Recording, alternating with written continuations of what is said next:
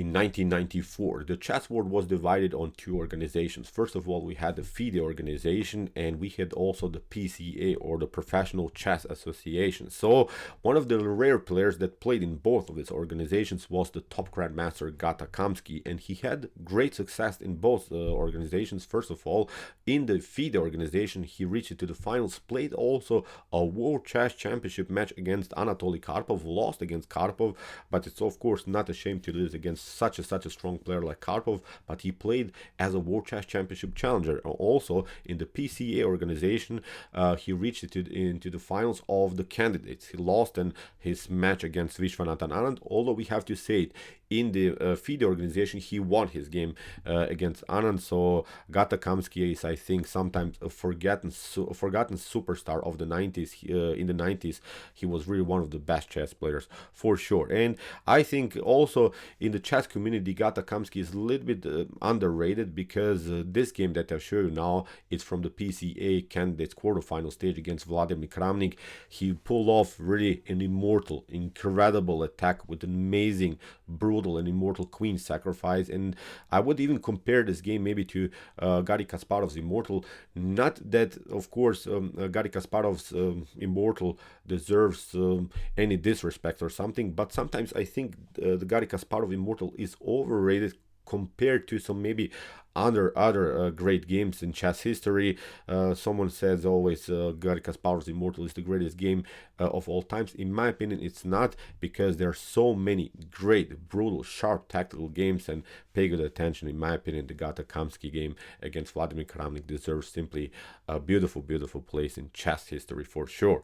Put your seatbelts on, enjoy in this brutal, sharp tactical game of the Botvinnik variation of the Semi-Slav Defense. So here we have d4 played by Gata Kamsky. Vladimir Kramnik's response was d5, and I have to say it, Gata Kamsky outplayed here Vladimir Kramnik in the quarterfinal stage, and then reached the semifinals of the PCA candidates tournament. So we have now the move c4, c6 Slav, knight to c3, knight to f6, knight to f3, 3 knights, and now the semi-Slav structure. Bishop to g5, normal development, and now d takes c4, which is a line that the top engines of these days are not liking. But we have to say, in the 90s, it was very popular. For instance, Vasily Ivanchuk played this line very often, Garry Kasparov. So if you want to go into immediate tactical battles, in tactical collisions, you choose this line and then hope for the best. Then you go for, in the beast mode, sort of playing simply brutal chess. So now after d takes c4, e4, grabbing now the center, we have now the move b5. Black hangs onto this pawn on c4, but now of course comes this idea, which is now the so-called Botvinnik variation, using the pin against the knight and attacking the knight also with the pawn. It seems so that the knight is lost, but actually black finds always this kind of a tactic to get out of this mess. g5, knight to g5, or white sacrifices now temporarily only one piece, but after h takes g5, bishop to g5, the knight is still pinned, and black needs now to get a new defender into the game, gets of course also the knight on d7. And of course white gets the piece back, but has now sort of a weird pawn structure. Black is continuing the game still with the bishop pair, and has now opportunities here to attack the queen side with this 4 versus 2 pawn majority on this side of the board. So we have now bishop to b7, targeting of course this long diagonal. Now Gata Kamsky plays the most interesting line, g3, competing against this bishop on b7. So we have now the move c5, which is of course an immediate threat to take out the rook, and now comes the common plan of whites, d5, locking the long diagonal. And it seems so that maybe black could challenge white with this idea, b4, but this is actually a trap. b4 is not working. Of course, black would love now maybe white to escape here on e4 and then to pick up the pawn with the bishop, getting use of the long diagonal. But actually, white in this types of position can ignore the threat, can play simply bishop to c4. You pick up the knight, and look at this. We have d takes e6. Let's see maybe a weird tactical sequence at the end, bishop to h1, but actually you get checkmated here with the move e takes f7. Of course, black doesn't have to play the line like this, can play queen to c7 in this particular position, doesn't have to take out now the rook, but it doesn't matter. Bishop to f4 is still winning. I think we have here this idea, queen to c6. Now we pick up here the piece. After queen to d7, e takes d7 comes with a check. After king to d7, queenside castling, you have to play something like here king to c6. Now after something like b takes c3, notice that the long diagonal now is covered, and now in my opinion this should be perfectly fine position for white. This is, I think, completely winning, especially because of this 4 versus 1 pawn majority on the king side, and also here we have to say this pawn is weak, so it's game over for black. So you see, this whole concept here b4 is not working, so that's why you have to find different opportunities. So now queen to b6 is now the main line, preparing queenside castling. Queenside castling is a normal move for black in these types of positions, because you don't want to, of course, castle king side here where already the king would be naked, so that's why queen to b6 is still the standard variation. So we have now bishop to g2. Now comes this idea, queenside castling, and now kingside castling by Gata Kamsky. Now comes b4. It's a different story now. The position is more solid now for black. The king is not in the center of the board, the king is not in danger, so now we can push and use our here 4 versus 2 pawn majority on the queen side. So knight to f4 comes with the tempo against the queen, queen to b5, and now a3. And there are many great games in chess history that have been played in this position. Gata Kamsky played now the move a3, and now comes a deviation from many great games. For instance, there is of course the Immortal game played by Vasily Ivanchuk against Alexei Shirov. Please also check it out. We have covered it here on my YouTube chess channel, but we'll see also the differences in approaches here, because in this game between Vasily Ivanchuk and Shirov, we had this continuation. E takes d5 will not cover really this whole game, but I wanted to show you what kind of a brutal idea here Vasily Ivanchuk had after move queen to g4 and here rook to d7. Chucky, the legendary Chucky Ivanchuk, played the immortal queen to g7 and won the game. So you see how beautiful, really tactically rich this position is. Really the Botvinnik variation of the Semi-Slav defense, in my opinion, one of the greatest openings if you want to go really into tactical battles. But after move a3 here, e takes d5 was not the continuation by Kramnik. He played the more position line, maybe with the move knight to e5. So here we have a takes b4, and this was maybe the first tiny little inaccurate move by Kamsky. Opening up the a file is of course perfectly fine, but queen to e2 maybe more aggressive than forcing something like knight to d3. Now we can take, but at least we have connected our rooks, and now maybe still we can use maybe the rook on the d file. So maybe when it comes to positional understanding, this would be more playable for white. But of course, after a takes b4, nothing changes. Still, the position is about equal. Both players have here great chances to win the game. So we have now c takes b4, connecting now again both of these pawns. We have queen to d4 now by Gata Kamsky, attacking now the knight on e5 and also the pawn on a7, and now the epic fun starts from this point on. It becomes even wilder. It was, I think, wild enough till this particular moment, but now it gets even wilder, because in order to protect everything here, Kramnik played the move knight to c6. And now we'll see also the differences in approaches between Gata Kamsky and also Magnus Carlsen. For instance, in this particular game, Gata Kamsky played the epic d takes c6, sacrifice the queen. But Magnus Carlsen, on the other hand, in one of his games against Jan Smits, he played knight to b6, which is not really the most correct way here to play. Actually, black can get out of this mess. After a takes b6, we have now this line, d takes c6. I think this Botvinnik variation is really interesting. You can see many great epic games also by top grandmasters like Kasparov, as I said, Shirov, Topalov. So you can really follow the best amazing players trying it out for both sides, as black as white, here in this epic variation. So after d takes c6, look at this, bishop to c6 could be maybe a continuation. We take bishop to c6, queen to c6, and now Magnus, for instance, played the move queen to g4, but then Jan Smits played the move bishop to c5, which wasn't good. A better choice was king to b7, competing finally on the a file, and after move bishop to c5, for instance, Magnus Carlsen took over and eventually won the game. But very, very tricky stuff. Look at this. After d takes c6 and here rook to d4, for instance, you cannot take, you're simply getting destroyed. We have here c takes b7, and now the rook is coming on the back rank. We have a promotion.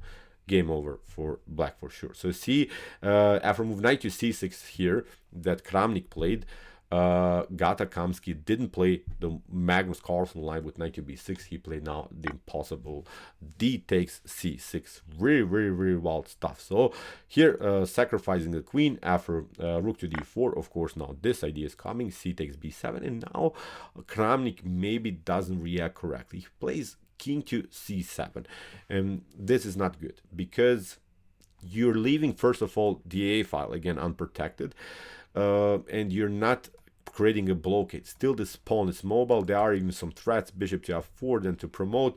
So a better way is simply to play king to b8. At least you're not vulnerable to some threats on the a file. This was now, I think, even his crucial mistake. The other maybe tiny little inaccuracies were not so important. King to c7 really unnecessary. Now we have here bishop to e3 by Gata Kamsky, attacking the pawn on a7 immediately, of course, also the rook. But if the rook moves, then the a7 pawn is lost. So then we have again the promotion problems on b8. But of course, here probably Kramnik hoped that maybe Kamsky takes out now maybe the bishop, the rook here with the bishop, and then after something like e takes d4, that he would probably connect 3 pawns that are very mobile. Maybe he lost some material, but with the support of the queen, maybe with the support of the bishop, maybe eventually also with the support of the rook, black could have a good game. But after move e5 that Kramnik played, now Gata Kamsky pulled off another impossible move. Very, very wild stuff. And you see now why it was such a huge problem to play the move king to c7. Now Gata Kamsky pulled off the immortal knight to c3. Really, really wild stuff. Sacrificing the knight. Let's see if you ignore the threat. Let's see, for instance, you play queen to d7. Let's see, you don't want to pick up the knight, you don't want to go anymore into tactical battles, you want to slow down the pace of the game. Now, of course, rook to a7, you pick up maybe now the knight, but then with the rook to a8, the game would be over. You have to now somehow compete on the bank rank if you want to somehow stop the promotion. But now we pick up the rook. Now when you pick up here the piece on d4, now we can take out the queen. You get here, and now again we have a promotion. Very, very amazing position. So that's why after move knight to c3, Kramnik is saying, okay, I'm accepting your challenge. B takes c3. Look at this, b takes c3. Now Gata Kamsky has a bishop for the queen, but this is such an unpleasant pawn on the b7 square. This is such an unpleasant game on the a file. Very, very wild stuff. Now bishop to c5. Kramnik is continuing somehow to protect everything here on dark squares, also the a7 pawn. But now c takes d4 finally, and the problem is now you cannot play e takes d4. That was the beautiful part. Kramnik waited for this move. In this previous position, e takes d4 would be perfectly fine when we saw the potential pawn mobility, when we saw that maybe Kramnik could have connected 3 pawns. But it's now a different story. Now the king is endangered again, and look at this. Even if you play something like this, then we'll simply have here rook to b1 and we'll promote. So it's then simply game over here for black. So as I said, what to do after move c takes d4, so that's why here we have a bishop to d4 by Vladimir Kramnik. Gata Kamsky includes now the last piece into the attack, a rook to b1, attacking now the queen. The queen drops back to c5, and now another amazing move here, rook to a6. Even leaving here the bishop sort of hanging. It's not hanging, but after bishop to bishop to e3, f takes e3, of course, wouldn't be so good because then the queen is coming into the game. But after bishop to e3, here white would simply play a beautiful rook to c6, and now after queen to c6, bishop to c6, king to c6, of course, this wouldn't be good because then we'll simply promote and the game is over. So black would be forced to play the move bishop to b6, but now we simply play bishop to e4, control also the progress on c2 here, and this is still an annoying pawn. We have here a 3 versus 1 pawn majority on the king side, so it's, I think, a position that black can resign. So this is not working. So after move rook to a6, you see you cannot take out the bishop on e3, so that's why rook to b8, a blockade against the potential progress here. And now another amazing move, bishop to c1. This is a good follow-up, threatening bishop to a3 and then bishop to d6. So look at this. On this square, the bishop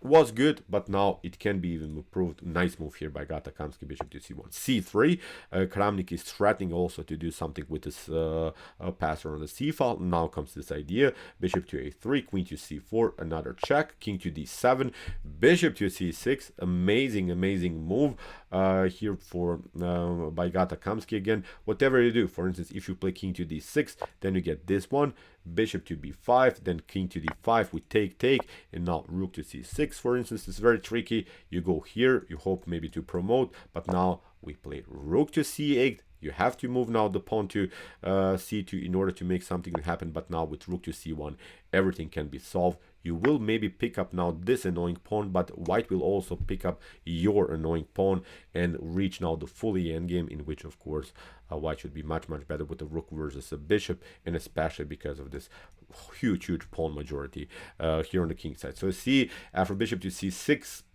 king to d6 is not working. If you play here queen to c6, it's again not better, because we'll simply pick up the queen, and again this should be completely winning. Also the rook is hanging, so it's not working. So after move bishop to c6, here king to e6 was played by Kramnik. Now bishop to b5, hitting the queen. We have bishop to f2. Here Kramnik hoped maybe somehow to decoy the king towards the center and play some perpetual checks and hope for a draw. But actually after king to f2, you get one check. Here is the threat of maybe queen to h1, and also the rook is hanging, so that's why a rook to e1, hitting the queen. Now we have a check, queen takes on h2, we have queen to f3, and there are no good checks anymore. If you play, for instance, queen to h5, we'll simply get the king on g2. You don't have any more checks, and now we will simply destroy you here simply around the square e5, so it's not working. So after move king to f3, rook takes b7 was played by Kramnik. Kramnik had it enough, but now after bishop to e5, rook to b6 was now Kramnik's continuation, and after bishop to c4, king to d7, now we had the rook takes a7. It's game over here after move king to c8. This rook is coming into the game, and actually Vladimir Kramnik in this position simply resigned. So what to do, for instance, if you play rook to d8, if you play, of course, rook to b8, then you get in front of the bishop, so it's also not good. If you get the king on d8, then rook to d1, you have to cover with the queen, you lose decisive material. If you don't do that, if you go with your king here, then rook to c8 is amazing checkmate. So as I said, after move rook to c7, in this position Vladimir Kramnik resigned. So this is an amazing game, I think, for sure. Really outstanding skills by Gata Kamsky. Great tactician, great attacker, great theoretician. In my opinion, really one of the best games that I've seen in my life. As I said, Garry Kasparov's Immortal is Garry Kasparov's Immortal. Many Immortals are there in the chess history, but this deserves really to be, I think, also in a beautiful spot in chess history for sure. So okay, I hope that you enjoyed this game. I really enjoyed it a lot. Interesting tactical ideas of the Botvinnik variation of the Semi-Slav Defense.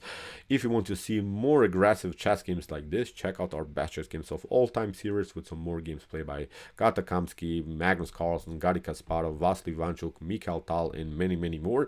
And if you want to see maybe even wilder games, check out our community chess games played by computers, with some more great games played by Stockfish, Alpha Zero, Lila Zero, and many more. And if you like this content, don't forget to subscribe to my channel. What do we say? Chess is the best, of course.